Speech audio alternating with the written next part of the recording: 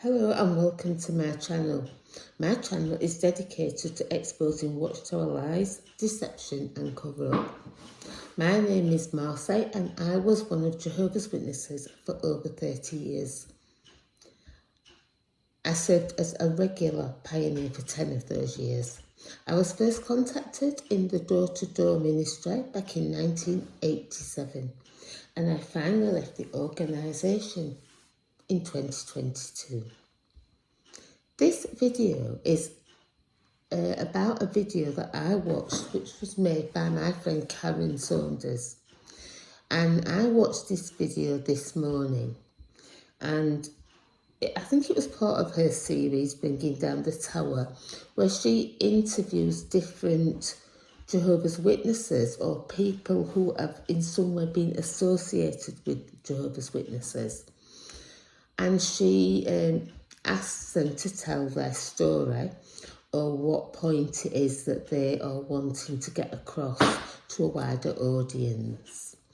And so on this interview that she did, that I watched this morning, it was a lady that she was interviewing called Ruth, and Ruth had got a story to tell. I don't think Ruth was a Jehovah's Witness, but I think she was a person who looked into the Jehovah's Witness religion. I don't know if she's a journalist or what she was, but she looked into it. And as a result, she began watching YouTube videos from the ex-Jehovah's Witness community. And she came across the Berean Pickett's video channel. And so, having watched several videos of the Berean Pickett's, which is fronted by a man called Eric Wilson, she joined the Berean Pickett's Bible study group, or one of them. And for a while all was well, because these people were ex-Jehovah's Witnesses and they were still believers in God and in Jesus. And many Jehovah's Witnesses are who leave the organisation, that they want to maintain the faith that they have. They believe the Bible, they believe in Jesus, and they are searching for other people to connect with who believe these things as well. So I think that Ruth felt that she'd found this in this Berean Pickett's group, from what I could see, what she was saying in the interview with Karen. But what happened was that a friend of hers had a very bad experience within this group.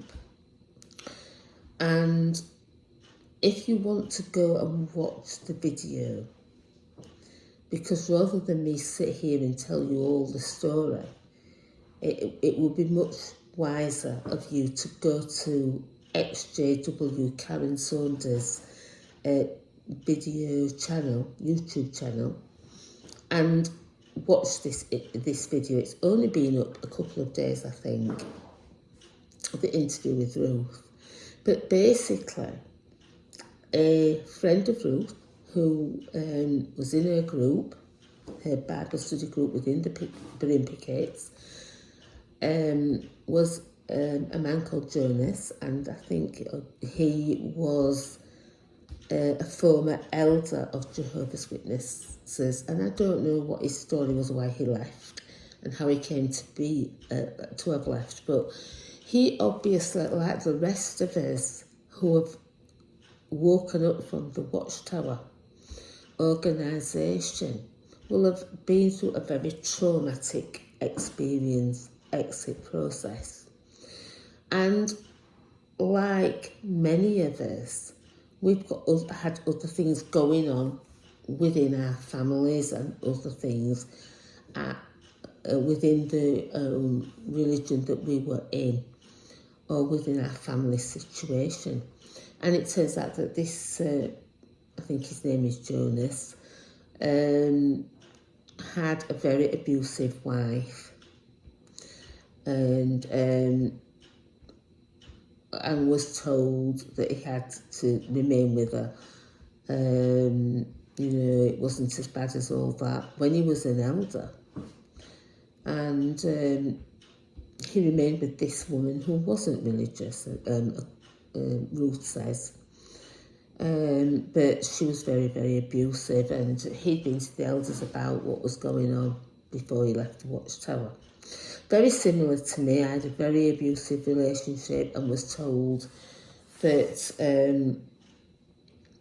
you know, my husband hadn't committed adultery, and that I was expected to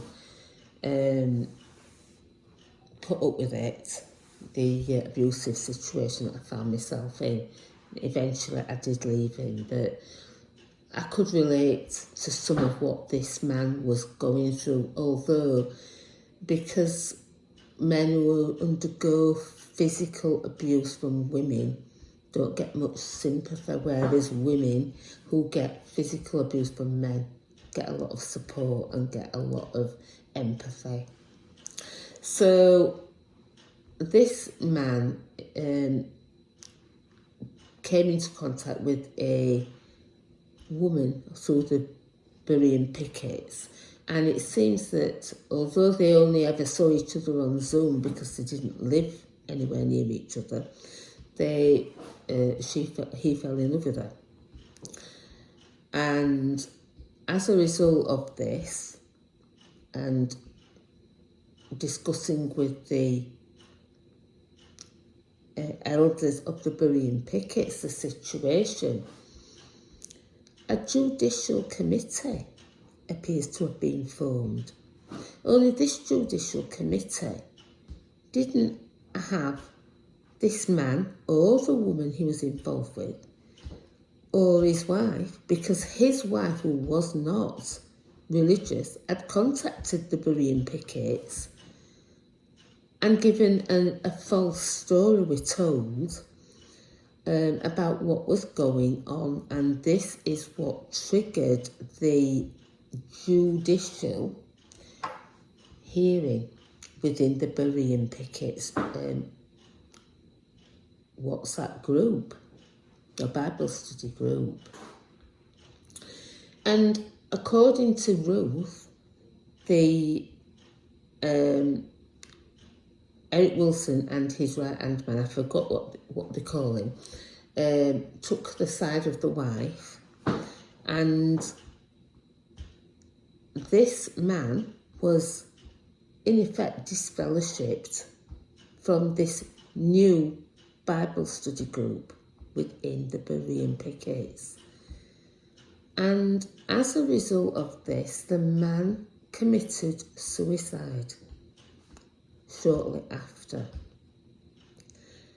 So Ruth bravely contacted Eric Wilson, and on the video with Karen, she reads out a letter that she wrote to him on the WhatsApp group, that she expressed that she was very upset about what had happened, that they'd had a judicial committee, is in effect without anybody else present, and a judgment had been made, which resulted in the death of this man. And as a result of her speaking up, she also was told to say nothing more about this or leave the group. So that's basically it. As I said, if you want to know the ins and outs of all this, because I only watched it once, and it's, you know, I think I'm going to have to watch it again to make sure I've grasped it properly. But I found it very troubling to find out about what happened to this man, and also what happened to Ruth and how she was treated for bringing the situation up. She also mentioned that Eric Wilson and his wife were living together without being married, and so were other members of this William Pickett's group. And since then, Eric Wilson has married the woman he was living with. But there's all these things that were going on within this Bible study group, consisting of former Jehovah's Witnesses. And what I want to say about all this is that I have a book, because Jehovah's Witnesses are very, very vulnerable that leave the organisation. I was very vulnerable. You are lost. You are suffering from spiritual abuse that you have endured. You know, I endured it for 30 years, but I was in my 20s when I went into it. There are people who were born into it, and their whole families are in it, and they've lost everybody. So they are very, very vulnerable. And as I've said, many of these still believe in the Bible. They have a love for God and are searching for somewhere else to be. And so what sometimes happens with these is that they jump out of the frying pan and they jump straight into the fire. Because what happened to this man is that he joined this William Pickett's group. And at one time, that William Pickett's group may well have been consisting of Jehovah's Witnesses who were studying the Bible and discussing things in a rational way. But as the channel grew and more people joined the group, there was a need for control. And this is what happens, that somebody has to take the lead. They start expressing their opinions. They start running the show like the former religion that they left, the Watchtower. And many of the Jehovah's Witnesses feel that they need to be in a group. They need to have the Bible study. They need that because that is what they used to. It's like a rabbit run. They're used to doing certain things and they start to follow the same run. And sadly for this man and for Ruth, they found themselves in a group that was imitating the group that they had left. Now, what I've got is this book, which is called The Spiritual Abuse Recovery Workbook. And I've been going through this book since I left the Watchtower. And one of the points that it makes in here is that many spiritually abused people who leave a organisation that is spiritually abusive return or gravitate towards what they are used to and join a group which reflects in many ways the group that they left. And so I was invited by my friend Karen Saunders to join a WhatsApp Bible study group, discussion, call it whatever. And I was very reluctant to get involved for the very reasons that I have just seen. And I'm not saying for 1 minute that my friend Karen's group is like that. You know, Karen's a good teacher. She's very knowledgeable about the Watchtower and she knows what she wants to believe now and what she wants to discuss. And I wish her well with her group. But for me, I cannot risk getting involved again with some group that down the road, as it grows, it may be small now,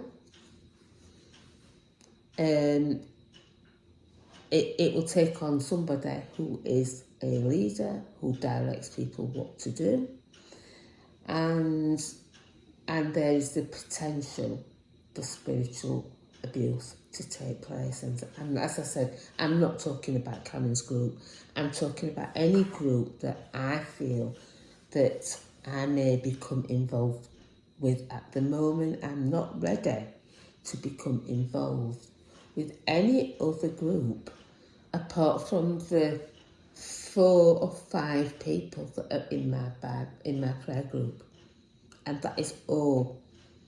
We have those 4 or 5, and I feel safe within that at the moment. And this experience that Karen has brought out in a video, I found very upsetting, because this man left the Watchtower in tatters and became associated with another group which then began to abuse him spiritually, and he just couldn't cope with it, and as a result he ended his life. And I feel that the Watchtower has much to blame for this, because if they had not treated him in the way that they had treated him, and if he had not learned the lies, the deceptions and the cover-ups of the Watchtower, then he wouldn't have been in the position that he was in the first place. But for him to come out of the Watchtower and then find himself being treated the way he was treated within the Berean pickets, if that is true what that Ruth said, and I have no reason to doubt what she said, she was very upset herself, and now she has set up a group of her own.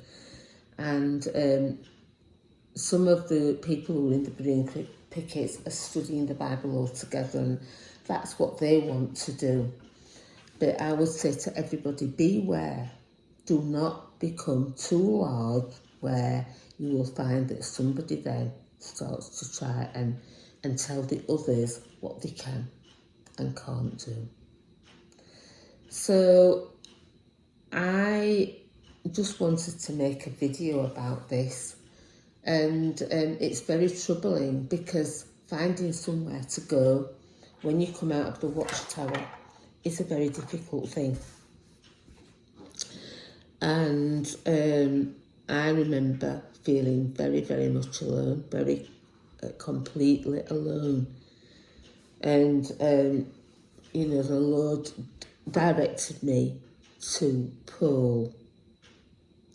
And, we've been very supportive of each other. We're still working our way through the abuse and what we went through, and this book is an excellent book. It never mentions any particular religion. It's based on the Bite model of cults and high control religious groups.